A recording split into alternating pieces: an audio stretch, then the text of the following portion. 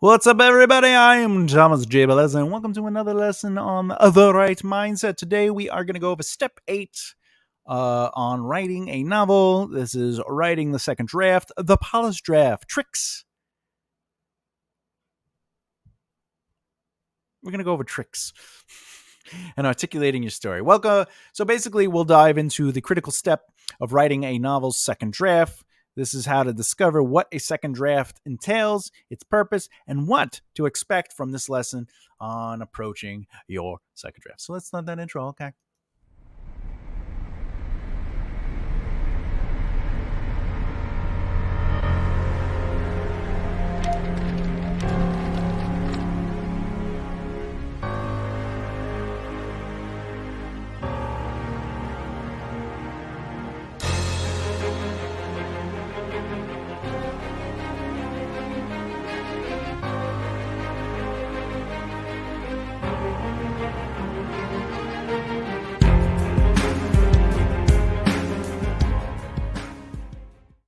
Yeah. All right. Like I said, today is step 8 on writing a novel, writing your second draft.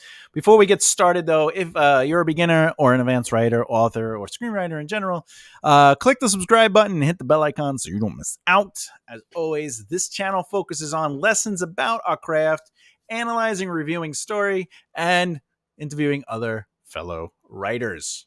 Let's get into it. Second draft, the polished draft. Basically, you want to learn how the second draft is a refining process that focuses on hitting plot points, ensuring coherence, and completing the book's narrative. While grammar and spelling adjustments are important, this draft primarily aims to strengthen the story's structure, subplots, and overall cohesiveness. Now, keep in mind, you're more than welcome, if it's your way, to touch on grammar and spelling.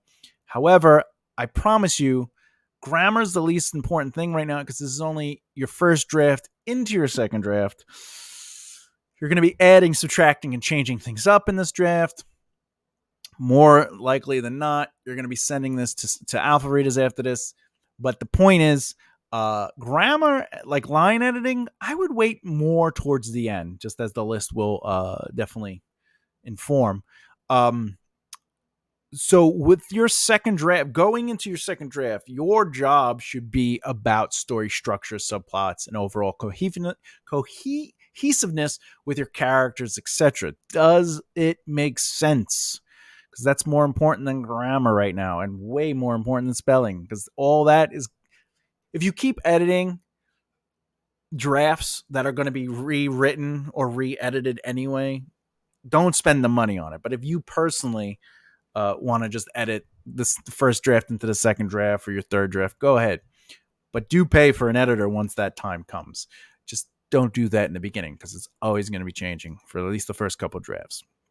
So in this section, we're going to talk about how, we are talking about, you want to, your second draft is where you touch on the concepts of how important polishing the draft up plays a pivotal and vital role in refining your novel. See, the second draft of your novel is an opportunity to take your initial idea and transform them, or your initial ideas, and transform them into a more polished and cohesive story. This is done by really focusing on those elements, those story elements, plot, character.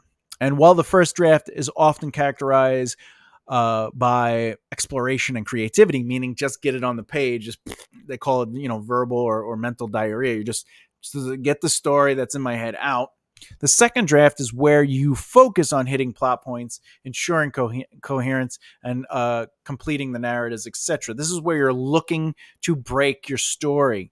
Your job is to look at the first draft and break your story. What's working, what's not working, okay? Not, I know the story, so this is working because I know it pays off then. But your job is to look, that's why you take the break from your book, but you're coming back to try to break your story. More importantly, in this stage, it's important to remember that the polished draft isn't solely about fixing grammar and spelling, as I had mentioned. Although those adjustments will be important, instead, the primary objective is to strengthen the structure of your story, including the main plot, subplots, character, world building, etc. Take this time to evaluate the pacing of your narrative. Are there areas where the story feels rushed or lacks momentum? Consider adding or removing scenes to improve the flow and maintain readers' engagement. Additionally, pay attention to the consistency of character development, ensuring that their actions, motivations, and, of course, that the character's growth align with their established traits. Moreover, when you're paying attention to, like, if I should cut a chapter out, a scene out, a character out, think about the middle. All right. I'm sure you've heard this term, start in the middle. So your scene might not be working. It might be messing up the pace because you're starting too early or ending too late. So think about what the chunk of that scene is or the chunk of that chapter is and say to yourself, does this still work if I take off the beginning and the end, or just the end, or just the beginning? Let me see what it looks like. So before you delete the whole thing, sometimes the easiest fix is going, well, I don't really need this intro. It's not doing anything. I'm already establishing this scene or chapter in the middle.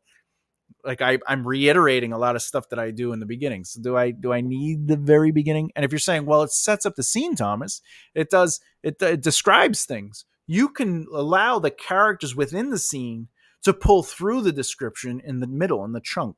So their interaction with the scene, they sit on a very specific. So if you describe the chairs in the beginning, let the characters sit in a chair and then describe the chair as they sit in it. Is it important to know what the walls look like? Let a character lean against the wall or look at a painting that's on a wall during the mid of the thing. Create whys and purpose. Don't just do it to do it because you want people to be like, the room is cool looking, right? You don't want to do that. Anyway, as you approach the polished draft, keep in mind that is an important opportunity to refine the overall cohesiveness of your book.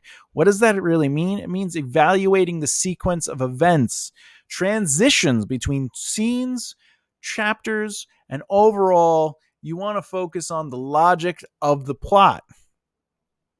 Does it make sense? Have you earned it? Did you seed enough? Did you foreshadow? Did one thing really lead to the next? And a lot of times, I'll just put it out there. If you're writing a mystery or a thriller, start at the end. What does it look like when it's finished and solved? And then break it up and then let that become the seed throughout the story. All right. You also want to make sure that each scene and chapter contributes meaningfully to the story's progression and the development of your characters. That's another thing. When you look at a scene, you have to say, am I doing 1, 2, or 3 of these things? Am I pulling the plot forward? Am I building character? Am I building world? Am I doing world building? Now, I'll be honest. If the scene is just for world building, I might reevaluate that scene. If the scene is just character, all right, I would try to make sure that it's moving their development forward. There's a difference between I want to show a character being nice because they're a nice character, and you make a scene for them to just be nice. That scene I might take out because in reality, if your character is nice, they should be nice just through the whole story. You don't need a scene to showcase a trait or even a skill. You don't need a scene to establish a skill. You have to show that skill unless they're learning the skill and it's important for like the world to be discovered, like magic. They don't have magic in the beginning and they're being taught magic. That's different. But if they know magic, just let them know magic. Let magic sort of be a part of them, right? So those are my only 2 caveats. If it's just world building, I would rethink the scene because it needs world building alone is not strong enough for a chapter. It's a chapter of exposition. If it's just character to show, this scene's all about character. I want people to see how awesome this person or nice or blah, blah. I would reevaluate that. The change though for that is, does it develop the character? Is it a stepping stone to moving the character forward? Meaning, if the character is a douchebag, is this scene helping to develop that character to not be a douchebag or to go to the next level of being a douchebag? And that comes back to another video I did where I talk about characters have positions. You challenge that position. They make a choice based on their position, which creates a consequence. That consequence leads to a result. That result will either maintain their position, adjust their position, or completely change their position. So you have to look at it that way too. If that scene is leading to, or at least challenges them to maintain the position, adjust the position, or completely change the position, now you're talking about character development. Anyway, moving on. I'm sorry. This stage of the polished draft is an excellent opportunity to address any plot holes or inconsistencies that may have emerged during the first draft, especially if you're a pantser. And again, there's nothing wrong with pantsing, or more importantly, a discovery writer. Like I'm an architect. I am an outliner. I really like to. My outlines are very extensive. As you've probably seen if you watched any of the outlining videos I do.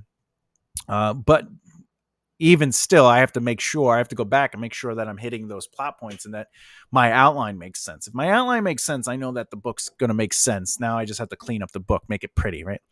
But anyway, so you want to take the time during this second draft before you start writing. You're going through your first draft and like analyzing it. This is what the polishing you're analyzing. Take this time to resolve those issues and think about what you can do with it. And remember, the polished draft is a critical step in bringing your story to its full potential. So it's okay to change things. And if you really are concerned, like, no, this is the greatest thing ever, the first draft is perfect, keep the first draft, save it. It exists forever.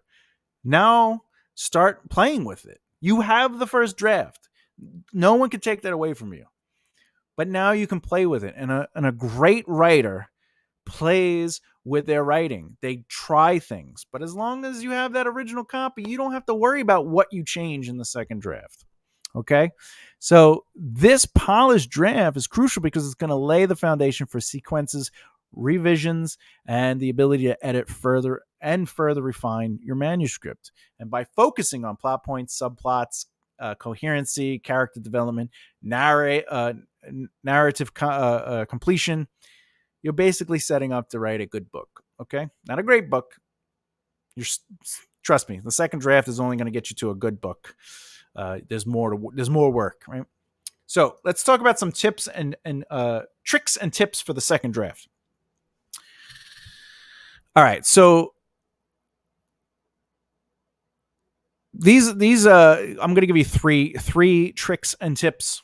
All right, that'll definitely help you with second draft purpose. Okay, so let's talk about that.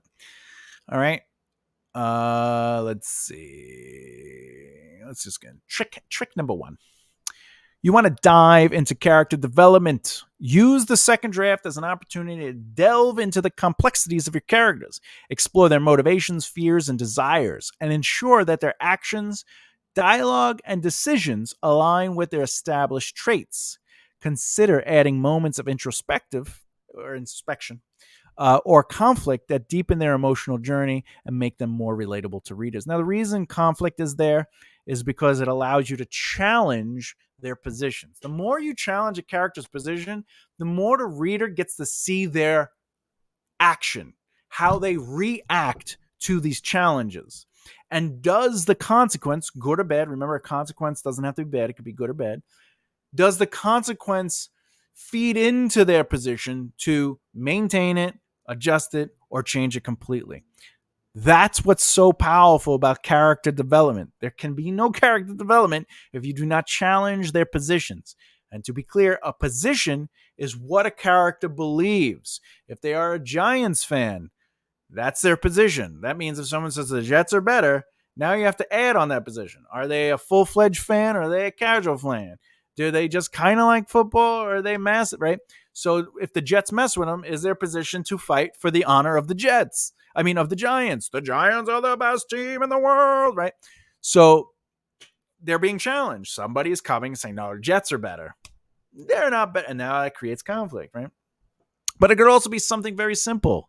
I want donuts and they want a cake. My position is I think donuts are better. Their position is cake is better. That's a conflict.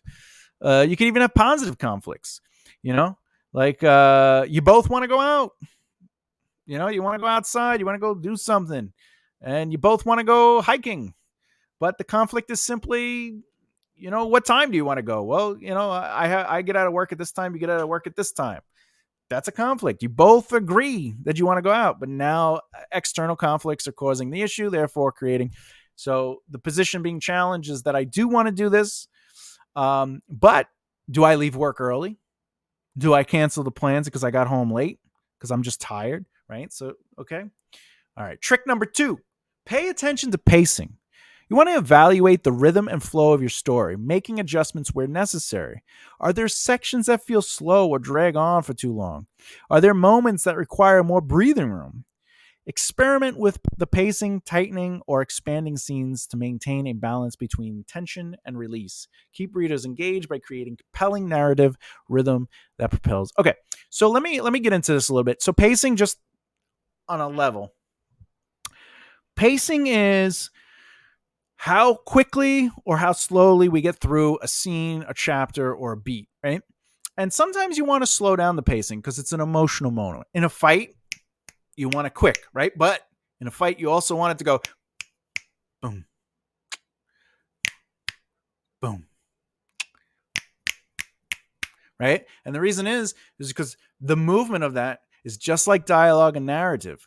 Change up the length of your sentences, short, long, right? The words you use, is it complicated or just quick to the point? And this creates a rhythm to the fight. But it's the same thing with scenes as well.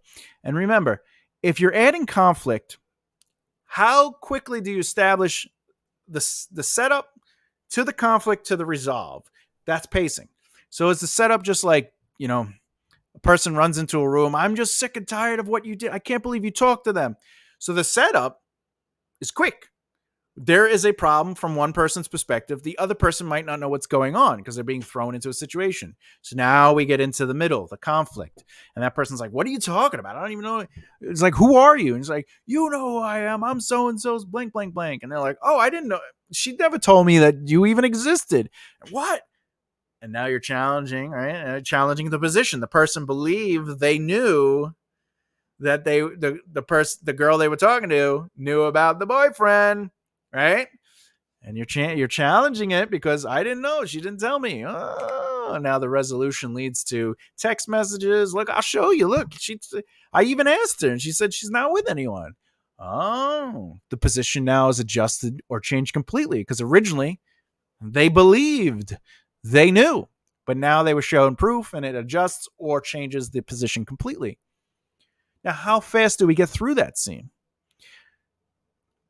There is an issue with pacing when it comes to, I call it describing for descriptive reasons or descriptive sakes. Like, I just want people to know that this is a pretty garden. To fix that pacing issue, to alleviate a disconnect to the movement of the scene, if you really need the garden to be described, allow it to happen through character. Allow the character's experience of that garden to move the description through it. Don't just stop the plot or the character development or the world building by stopping and going, they stood next to a garden that was beautiful. It was filled with magnolias and tulips, and it spread 3 feet by 6 feet, and the little tiny fence around it was covered with duck imprints.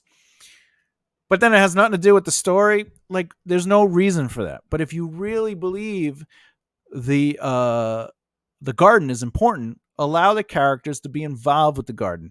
Put them in there. Create action. Have somebody working the garden. Have somebody getting material for the garden. And the conversation resolves at the end. Maybe the conflict, the setup is they're grabbing water and material to work on the garden. They're walking to the garden. They're dealing with their conversation. They get to the garden. Now the conflict, now you could use the garden as a version, like a metaphor of the conflict. They go in, they're trying to pull the weeds out. They're trying to solve the problem. They're watering it, right? Their feet, maybe they're like, maybe the person is feeding into the conflict. So they're watering, they're feeding the conflict. So now the garden has purpose. And that helps take the pace that was not there because you stopped the story to describe this garden. Now the garden gets described through the action, through the conflict through the setup. So that's one way to fix pacing. This video is not about pacing, but I just wanted to throw that in there because it's very important to understand that. Because again, every line has to either do one, two, or three of these things. It has to either do plot, character development, or world building. If it's just description, do it through the plot or character.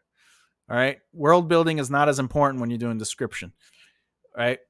Like, you don't want to stop the story and explain how there's three kings in the concession or whatever, and this is the fourth king, and let the characters discover that. Let the reader discover that through the characters. Anyway, number 3. Refine your dialogue. Oh, yeah. In the beginning, first draft, just write whatever you want. But in your second draft, dialogue is a powerful tool for revealing character traits, advancing plot, and enhancing reader engagement.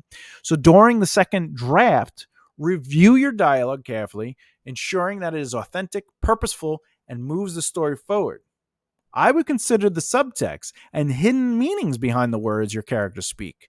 Vary speech patterns, just like in the fight. You want long, short, etc. Bigger, different words, complex words, simple words. Incorporate pauses and silence and eliminate any instances of exposition or unnecessary repetition. Repetition would be like, I can't believe Bob stole my car. And then someone's like, maybe like 6 dialogue beats in. It's like, you think Bob is ever going to get your car back? And then nah, I don't know. I can't believe he stole it. And then like at the end of the chapter, you're like, well, anyway, I gotta call the cops to see if they found anything out about Bob stealing my car. Like, change that up. Also, have people read your dialogue out loud to you so you can listen to it. Another thing you could do is record yourself reading the dialogue in different voices. Another thing you could do is get a program that reads the book back to you, because listening to it is different than reading it. And by implementing these 3 tricks and tips, you'll basically bring your characters to life, improve the overall pacing, and create dialogue that captivates readers. Remember, the second draft is your chance to refine and elevate your manuscript. So take the time to fine-tune these elements. All right. And here you go. Ooh. All right. So articulating your story is a deep part of the second draft, because in the beginning you're just getting everything out. Now you're kind of like and making sure it's the story you want to tell. So understanding the relationship between the first draft and second drafts, the first draft being a brain dump and this draft being a polished, articulated version, respectively. So embrace the exploration of creative freedom of the first draft and learn how the second draft requires extra work and attention.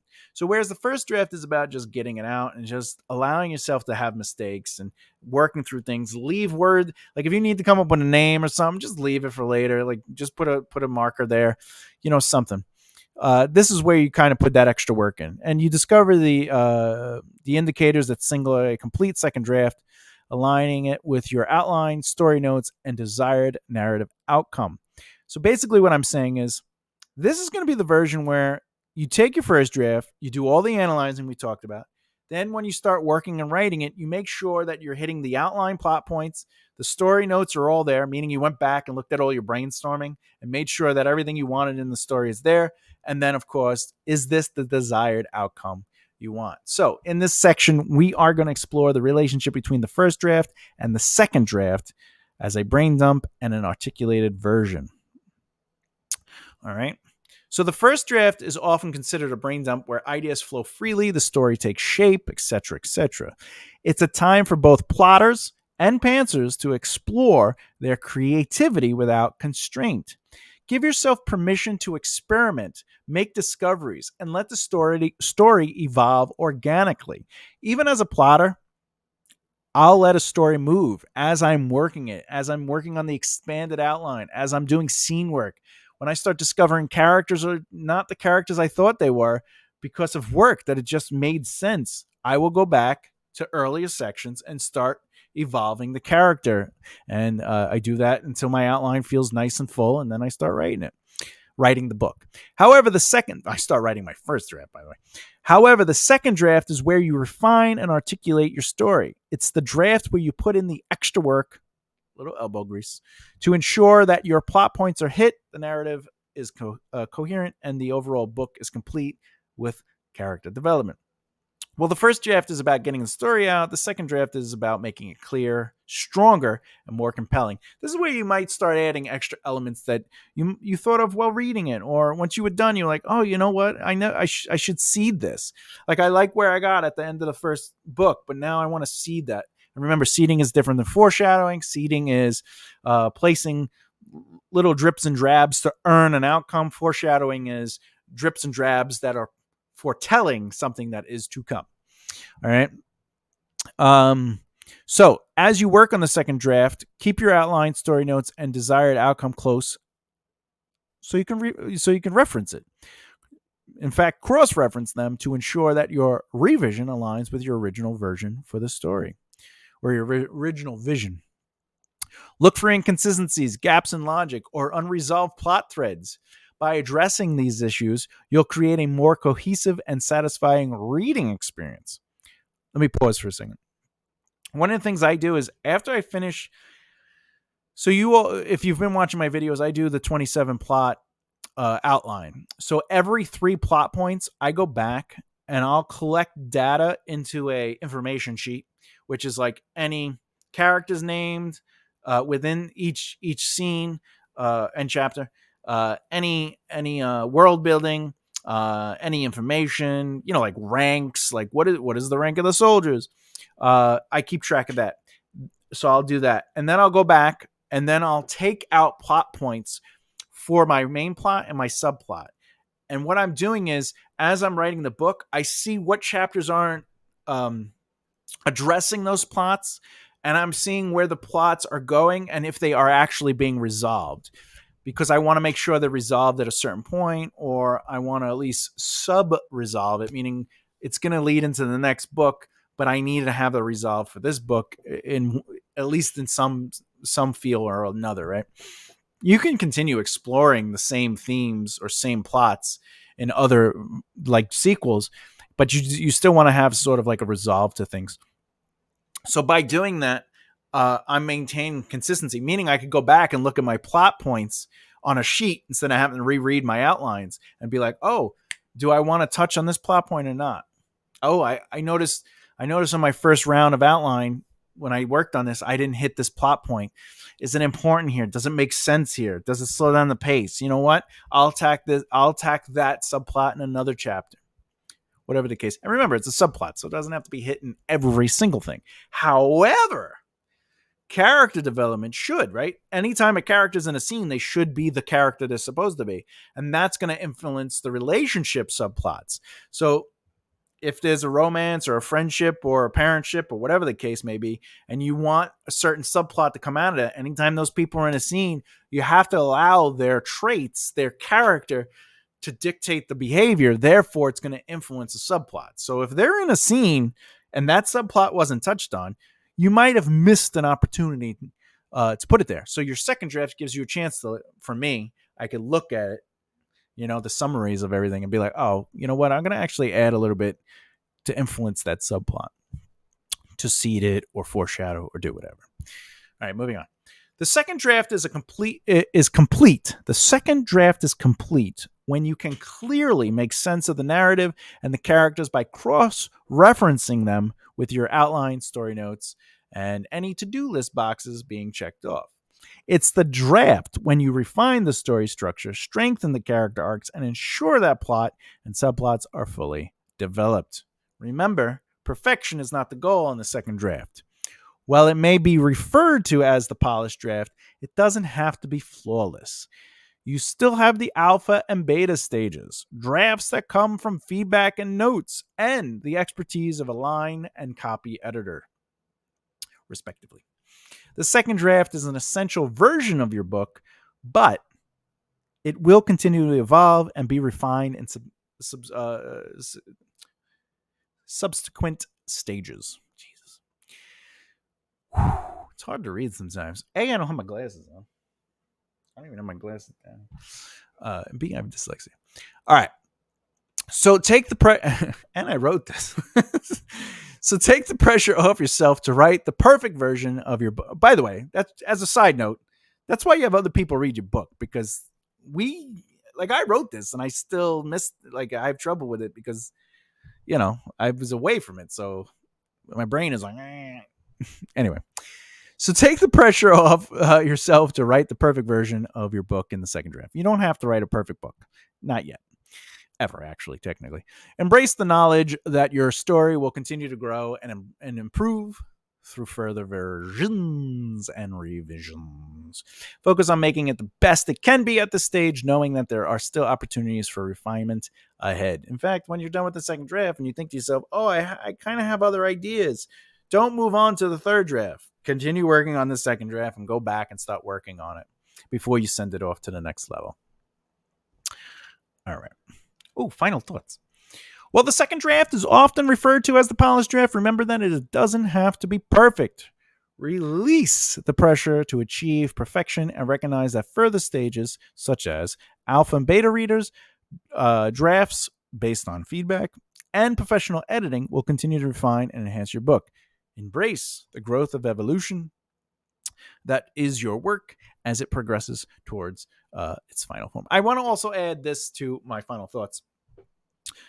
I write my first draft, and then before I actually write the second draft, before I analyze the second draft, I will go through it and clean up scenes, clean up paragraphs just naturally. I'll just read it and I'll be like, and I'll just naturally give it a once over. So I'm adding and taking away.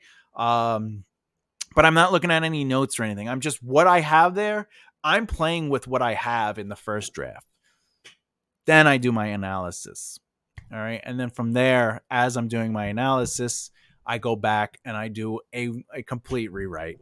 Not that I rewrite it, but what I'm saying is I'll take my notes and I'll look, because I already did my polish, because I just walked through the whole first draft and added, subtracted, just naturally, just based on what I'm seeing, using my brain. Do I like this dialogue? Do I like this narrative? Is this too purple prosy? Is this, does this feel slow, et cetera, et cetera.